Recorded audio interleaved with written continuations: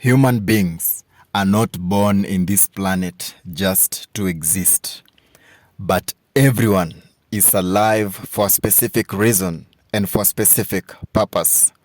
Today, I bring you the interview of some of the most influential humans who have a very big impact in my path of life. And if you're a subscriber on this channel, I want to specifically thank you for always taking your time to watch my content. And for those who have not yet subscribed, I humbly ask you to hit the subscribe button and help me to inspire more humans from this side of Africa. Each subscription gets me a step closer to my biggest mission, because this channel is all about empowering the African girl child. And I believe that every great dream starts from scratch, and together we can change the perception of the African girl child. Hello guys, welcome to my YouTube channel. My name is Sam, but on social media I'm known as Sam. I know most of you guys only know me as a dancer, but we've never had a chance to maybe sit down and talk about any other thing apart from dance. But today I'd like to take it a step further and maybe introduce myself in a different way. So before I start or before I say anything, I just want you guys to know that I really appreciate the fact that you guys have always supported me in this channel. It's a new YouTube channel and imechukua a very long time before I did this. I was not always the type of person who was into YouTube and all that, but there's a friend of mine mwenye alikuwa anaitwa Yvonne. I remember when I started my dance career, she always used to tell me like, Sam, Kenyans have to know about you. You have to involve yourself kwa social media and all that. And I always used to ignore that part of my life, because for me, I was not doing dance for fame or anything. I was just doing it because I love dance. But this lady, all the time, she used to pressure me like, Sam, you have to be on social media. You have to start your own YouTube channel. Nani several years back. So at some point, a friend of mine known as Crazy Mwanafunzi opened for me my Facebook space yenye inaitwa Sam. I'm not the one who opened it. A friend of mine. He's a stand-up comedian and a content creator and one of the most successful poets in Kenya. Anaitwa Crazy Mwanafunzi. He used to be one of my dancers, one of my dance students. I used to be his choreographer at some point kwa path yake ya maisha. So we met with him tao, akaniambia, Sam, today, because mimi sikuwa mtu wa social media, akaniambia, today, Sam, unafungua account. So actually tulikutana hapo Gill House Town Center. Tukaingia cyber, aka nini email address and everything. Akafungua hiyo account ya Sam ya Facebook. And then akanipatia password. Akaniambia, sasa from today, mimi ni your first friend hapa Facebook. So wewe take your Facebook account, go out there and change lives. So before I say anything, if Crazy Mwanafunzi ever watched this video, I just want to say thank you bro, because wewe kufungua hiyo Facebook for mimi imenipeleka places. Nime meet so many people, everyone that I've ever met in my dance career, mwenye alini inspire, nilipatana naye through that Facebook account. So Crazy Mwanafunzi, if you're out there, mimi kitambo nilikuwa nakujua as Tony. Thank you so much for what you did. When ulifungua the Sam account and imenipeleka places. Asante sana for that. And then when it comes to YouTube, I was not also the type of person mwenye alikuwa YouTube, because for me dance ilikuwa haikuwa kitu nilikuwa naiona kama inaweza nipeleka out there, ama I never thought I had anything special ya kuweka on YouTube. But then I noticed that nilikuwa na these stories. I had these stories in my path of life yenye I regard those stories as lessons. So it reached a point where a friend of mine also known as Yvonne Gishanga, she told me like, Sam, your story is so powerful. I think you should just start your space, YouTube ama anywhere. Just talk about yourself, talk about your students, talk about your path, your life. Na always nilikuwa namwambia, mimi niko satisfied na ile Facebook yenye nilifunguliwa na Tosh ni huyo Crazy Mwanafunzi. And Yvonne used to tell me, apana Sam, go a step further, enter YouTube, tell your stories, talk about your students, talk about the people you've trained in Kenya. And I always used to ignore. So one day, after several years back, after several years after that, this lady lost her life, huyo Yvonne. And I decided like, wow, maisha ni fupi. I think it's a high time sasa nifanye that thing this lady alikuwa ananiambia, because already nilikuwa nimeanza kama nafungua ka YouTube channel, na kuna ingine, there's another YouTube channel inaitwa Kenya Dance Industry, but that's not mine. Ndio, I'm the one who used to post videos there, but I was not into it. No, I was not that type of a person mwenye wa social media and all that. So I left that account for several years, haifanya hata kazi. But Yvonne wanted me nifungwe a channel yenye I just talk about my past, my stories, people who inspired me, and I always used to ignore that. So when she lost her life, I realized that kumbe hii maisha ni fupi sana. So I decided to take this risk. Nikaanza kuweka content. Even if you check my content, you will notice that the first content yenye niliweka kwa hii channel ni content ya huyo Yvonne, vile alipoteza maisha yake, because I had the channel but sikuwa naweka content, nilikuwa tu nimetulia, but somehow Yvonne aka lose life yake. After that I realized that since yeye ndiye alikuwa ananipush mimi kutell stories zangu za maisha, she has to be the first person kwa channel. So I posted a video about Yvonne. It's here, tribute to Yvonne Gishanga. If you just scroll down on the videos, you'll see her videos. So that's what I did. Her video was the first video on my channel. And then after that, I started telling stories about my students, the people I trained, the impact they had in my life. And that's how the Womb Sam vlog was built up. And my focus has always been for the African girl child. I always want to make sure that I change the perception of the African girl child, especially in Africa. So today, I just want to say thank you for everyone who has ever played a part kwa maisha yangu. I would not be who I am if it wasn't for you guys. Crazy Mwanafunzi, Yvonne Gishanga, even though she lost her life. Everyone, thank you guys for pushing me take that leap of faith, kuweka my stuff on social media, telling my stories.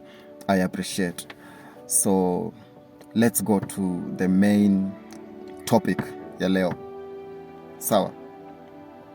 Okay, so most of you mnajua Valerie. So today what I want to do I want to show you the other part ya maisha yake, ya familia yao. Val had two sisters, kuna Talisa and the last born, and there's a time Mama Val aliniita kwa kina Val Karibangi North, and I went there. We sat down. She told me that she wanted to visit her daughter pali penye daughter yake alizikwa in Butere, Kakamega County.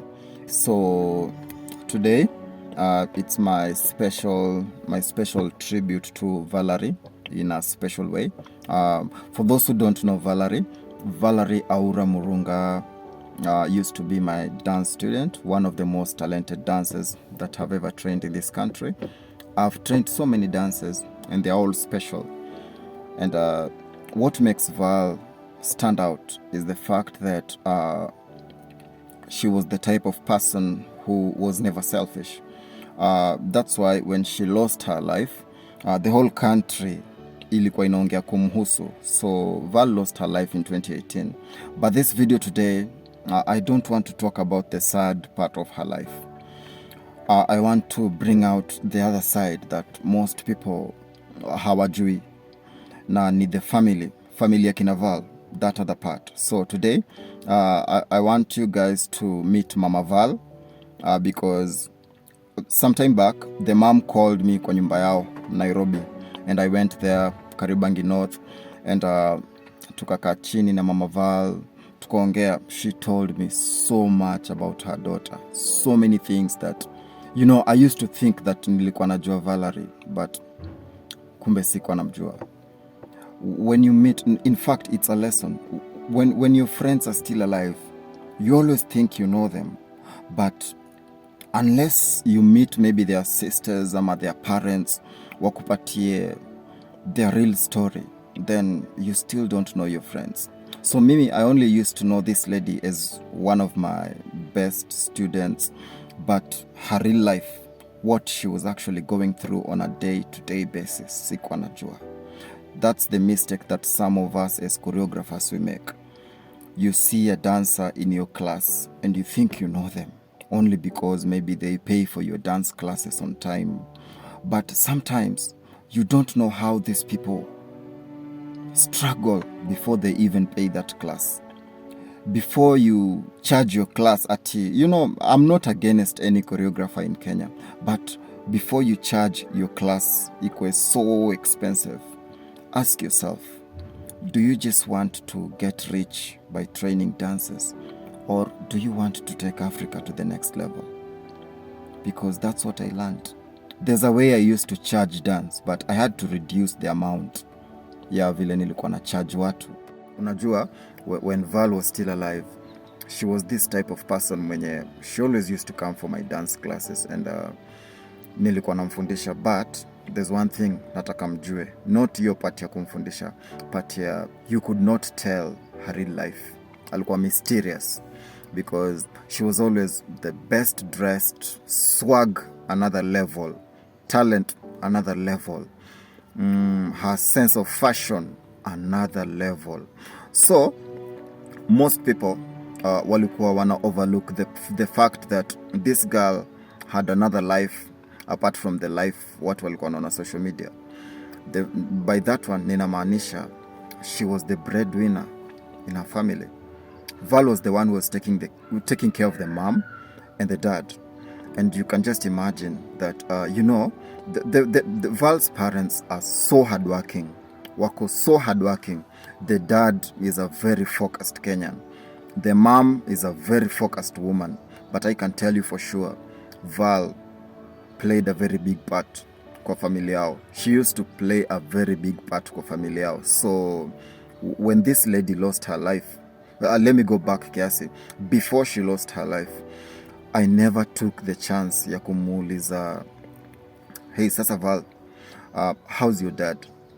How's your mom? I remember kuna sometime Val alikuwa ananiongelesha na niambia, sasa Sam, I'd like to talk to you about my dad. Nikamwambia, okay, niambie unasemaje? Akaniambia, Sam, my dad has been going through something the leg, and for some time babake alikuwa ana struggle saidi ya mguu ya baba yake ilikuwa inamuuma. You know, as our parents get older, pia some complications zinatokea.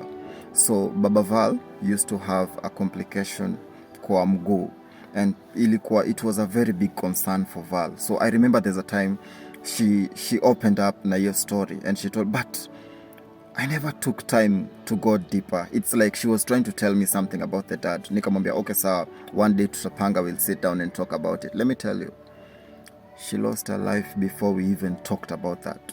So it's now 4 years down the line. I think 3.5 inaenda 4 years down the line. And I want you guys to know one thing. It's only after she lost her life that I changed everything about my life. I started inquiring about every student mwenye niko naye. The moment mtu ameingia class yangu, my dance classes, I always ask, sasa, what do you do? Are you in school? Where do you people stay? I always want to know my students more because I learned that lesson from Val, that as a dance choreographer, don't just focus on the talent of your students. Get to know them. Get to know where they come from.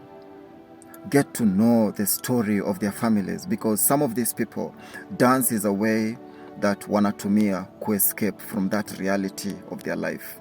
And that's why I always say that dance is a very powerful thing in this life, because some of the students in your class as a dance choreographer, if you don't take time to know what they're really going through, apart from just attending your class, you will never know their real struggles in life, and you'll never have any impact in their lives. So when Val lost her life, I made it a point kwenda kwa family yao. I met the mom. In fact, the mom called me, akani invite, I met the dad, tukakaa chini tukaongea, the mom, the sisters, and after everything kuna vitu siwezi sema on social media about familia kina Val, but God is faithful. God is faithful. That girl was going through a lot behind the scenes. That lady was really loved. Familia yake ilikuwa inampenda sana. Babake alikuwa anampenda, mamake alikuwa anampenda, the sisters walikuwa wanampenda sana. And she was so hardworking because even back huko Ushago, there's a house that her dad alianza kujenga, bado hiyo nyumba ijaisha. And I just want to appreciate every girl out there who is supporting family yenyu nyiwe. If you're a lady na uko kwa family yenyu and you're supporting your parents, big up to you, because most girls in Africa, they work on their success and sometimes they forget their parents. But Val was different. Val, parents wake walikuwa her first priority. That's why when they lost Val, walikuwa lose something so big. Unaona? So nilikutana na Mama Val tukaongea, and she told me she wanted to visit. Unajua after burial, so several years later, she told me, sasa Sam, I want to visit the place where my daughter is resting. So mimi and my friend anaitwa Jack, and another good friend of us anaitwa Mike from Walabi. Hey Mike, if you're watching this, thank you so much, Mike.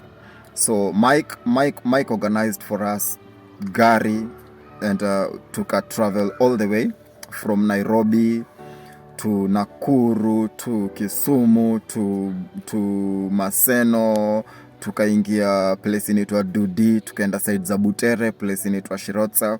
That's where Val amezikwa. And nakwambia the mom was so grateful, and she gave us an interview tukiwa huko.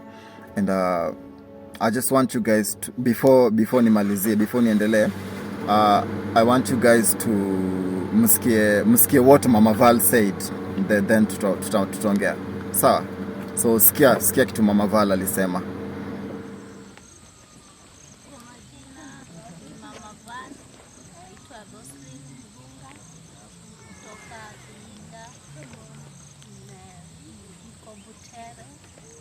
Lakini Val alizaliwa mnamo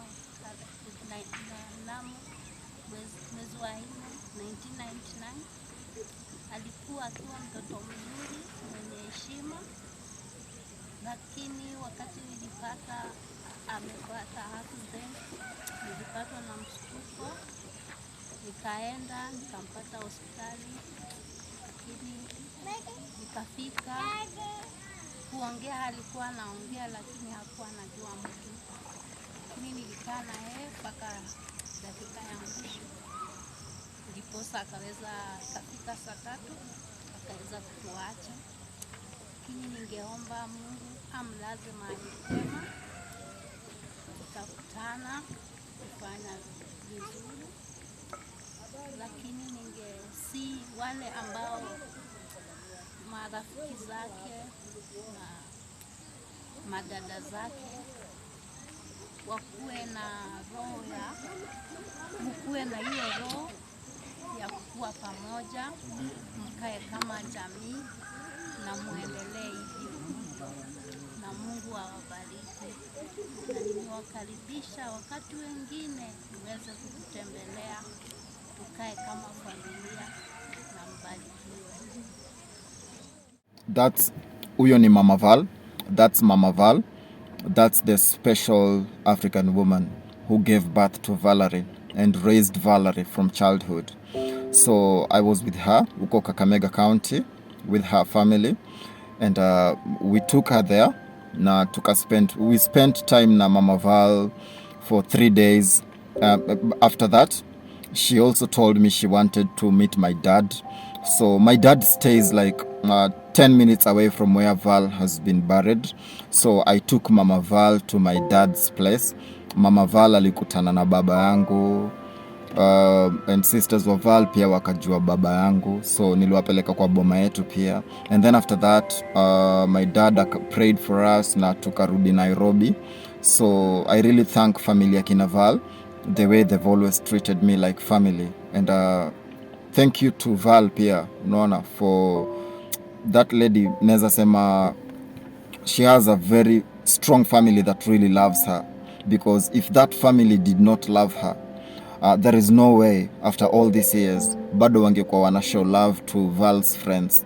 So because the reception they gave me kwa familia kina Val, they always treat me like a member of the family, and I don't take it for granted, by the way. So tulienda na Mama Val hadi Kakamega County, then tukamrudisha tena from Kakamega County mpaka Nairobi, and it was an inspiring experience. I was actually holding back my tears nikiona the real definition ya the love of a mother, because personally mimi, I lost my mom when I was 4 years old. So when I see what Mama Val anafanya for Valerie, I feel so inspired.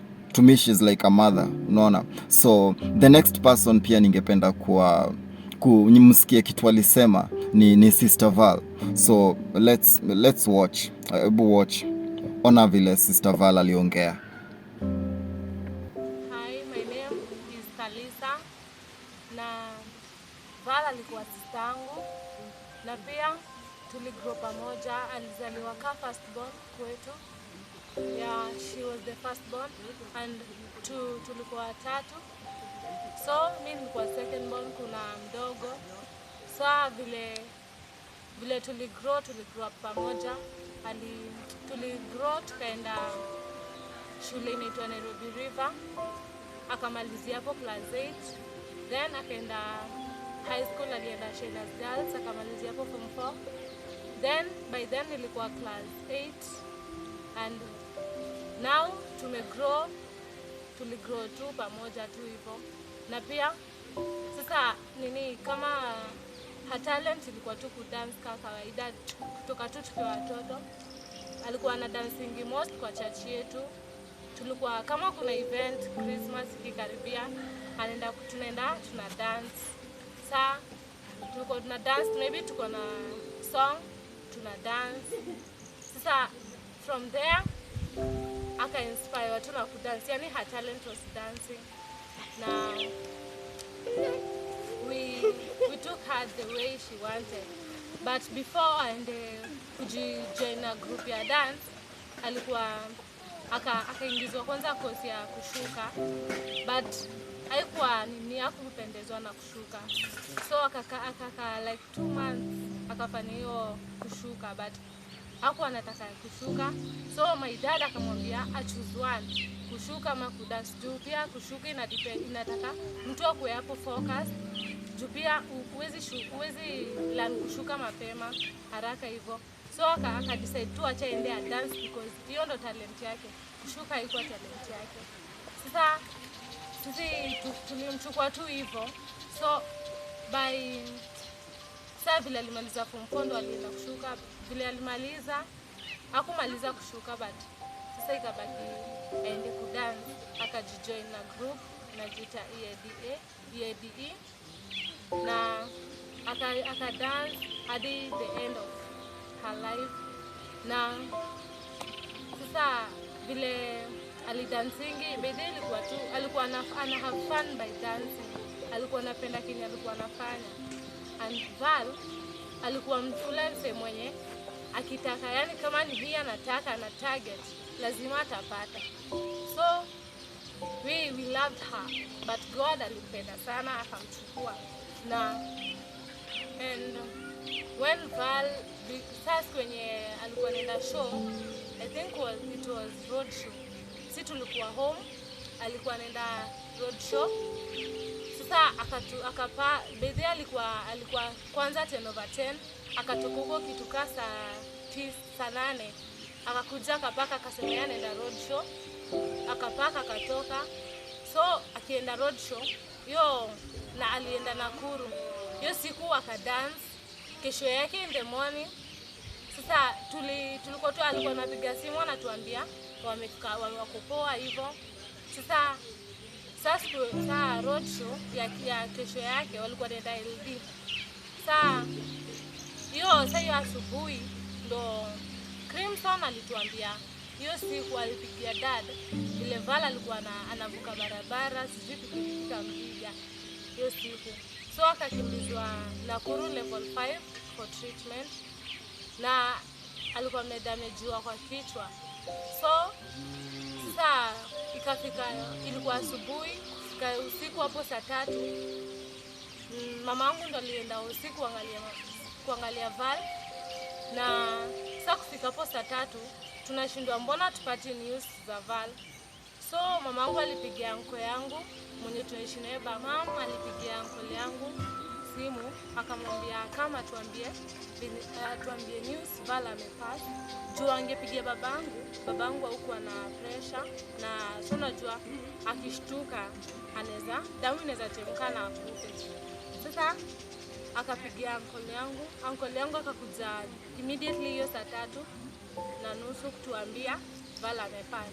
Sasa unajua gate ilikuwa imefungwa, gate ya kwetu. Sasa tulikuwa tunasikia mtu anabisha gate. Sasa dada akaniambia endo angalie ni nani. Kuchungulia naona ni uncle yangu. Sasa kuchukua kifunguo, babangu akasema acha aende afungue. Kwenda kumfungulia, uncle yangu alimwambilia hapo ati Val amepata. Dada akakaa tu anaanza kulia. So mimi nauliza nini na hajafungulia uncle yangu. Sasa ananiambia enda tu mfungulie. Kwenda kufungua asioni mtu. Kukuja na bado analia, hajaniambia ni nini mbaya. So mimi nikajigesia Val kama hajakufa sijui. So mimi nikaanza pia mimi kulia juu that thing was painful. And sasa dad akaniambia Val ametuacha. So hapo ndo tulipata news Val amepass, na it was very painful to lose my sister, one of our family. Okay, so huyo ni Sister Val, anaitwa Talisa. Talisa has been like my younger sister, because I grew up without a younger sister. So because when my mom died when I was 4 years old, my mom died with my baby sister on the same day. I think if you scroll on the videos on this channel, you'll get the story of my mom. My mother, my biological mom, lost her life on the same day with my baby sister. So I grew up as the last born, but sikuwa nafaa kuwa last born. So when I met Talisa after the death of Valerie, I felt like Mungu alikuwa amerudisha back my sister to life, because Talisa has been like she has been my younger sister since 2018, since we lost Val. We are so close, and even when she was still in school, she would always call me and niambia, sasa bro, tunaenda kufanya exam next week and all that. Ni wish the best, namwish the best, namwambia work hard. You know, right now when umechukua space ya Valerie, your parents wanataka pia wewe ukuwe na a brighter future. You have to make milestones kwa life. So Talisa huyo mwenye ameongea, huyo ni Talisa, huyo ni Sister Val, and she's been a sister, my younger sister. Mungu ni kama amenipatia a real life sister once again. So Talisa is a very special person kwa maisha yangu pia. So I know there are so many people wenye tuli travel now, wenye mungependa pia nyinyi niongee kuwahusu, maybe ni post videos zenyu, but today mtaniruhusu. I just wanted to make it about familia kina Val, apart from my students, because I also traveled with some of my students, and I also have their videos because pia walikuwa kwa interview. But today, for the respect of Val, I just wanted it to be about familia kina Val, Sister Val, Mama Val, and Baba Val. So, Baba Val, you're a dad to me, and thank you so much for being an awesome parent to Valerie. Thank you so much for raising such a beautiful, talented, intelligent lady. And thank you so much for treating marafiki wa Val with respect. And thank you so much. And somebody else mwenye ningependa kuambia asante ni musician mwenye watu wengi, people always misunderstand him, but let me tell you, there's something about him. Willy Paul, you guys, let me tell you, Willy Paul alijenga wimbo for Valerie. Na kuambia, if you look at the schedule of an artist, if you're a musician, if you know the schedule of an artist, just an ordinary artist, wacha kwanza famous artist, you know what it takes kuandika music, kuenda kwa booth, kwa studio, kuweka everything together, then you release the music. Ni ngumu sana, si ndio? Sasa ebu imagine you're a famous musician, and Val used to be pia dancer wa Willy Paul, unaona? So you can imagine Willy Paul took it upon himself. This is a famous musician. Alienda studio, akajenga wimbo, and he released it. Nakwambia what it takes for a musician to do that. Nakwambia even Michael Jackson himself, nakwambia there are things he never did for his own dances. There are things Chris Brown, ita take time afanye dancer wake. There are things hata Diamond Platinum, ita take time afanye musician wake. But let me tell you, what Willy Paul did for Valerie made me respect him even more, no matter what people say about that musician. I just think it was not just for Val. The song he made for Valerie, for me, mimi huona ni kama that song was not just for Val. Willy Paul aliset a standard ya ku-express what dancers really are kwa industry. Dancers ni watu important sana. And by the fact that he composed a song specifically for Val from his art, and I release out there, that was a sign of it's beyond love, not just for Val but for the dance industry in Africa. How many musicians wanafanya hivyo even when they lose their dances? Wangapi? So what he did made me respect him, and I just want to say that by the end of the day, these are some of the people wenye mimi naheshimu sana. Mama Val, Baba Val, sisters wake, and this musician Willy Paul, what he did for Valerie, that was beyond love. Hiyo ilikuwa not just for Val but for dancers in Kenya. You know what it takes for an artist to do that. Ni ngumu. And he did it. And then he traveled all the way from Nairobi. Alieka schedule yake yote kando, all the way to Kakamega County. Alikuja kwa hiyo matanga. That's a sign of love. So thank you so much guys for watching this, and I just want to also thank you guys for wale wote wame subscribe to this channel, and if bado hauja subscribe, tafadhali hit your subscription button and subscribe to each channel so that I can reach to more people out there. Ni reach out to girls, because this channel is all about empowering the African girl child. So subscribe, your notification bell, so that pia we hit ndio anytime nimetoa a new video utakuwa unaambiwa. And for all the friends of Valerie out there, you guys, the love you showed your 2018 ilikuwa so big, and God bless you guys as you pursue your dreams, and let's meet kwa the next video. Mimi nimekuwa hapa, mimi ni Sam, na on all social media platforms naitwa Boom Sam. Thank you guys so much for taking your time from your busy schedules to watch this, na waheshimu sana. Thank you.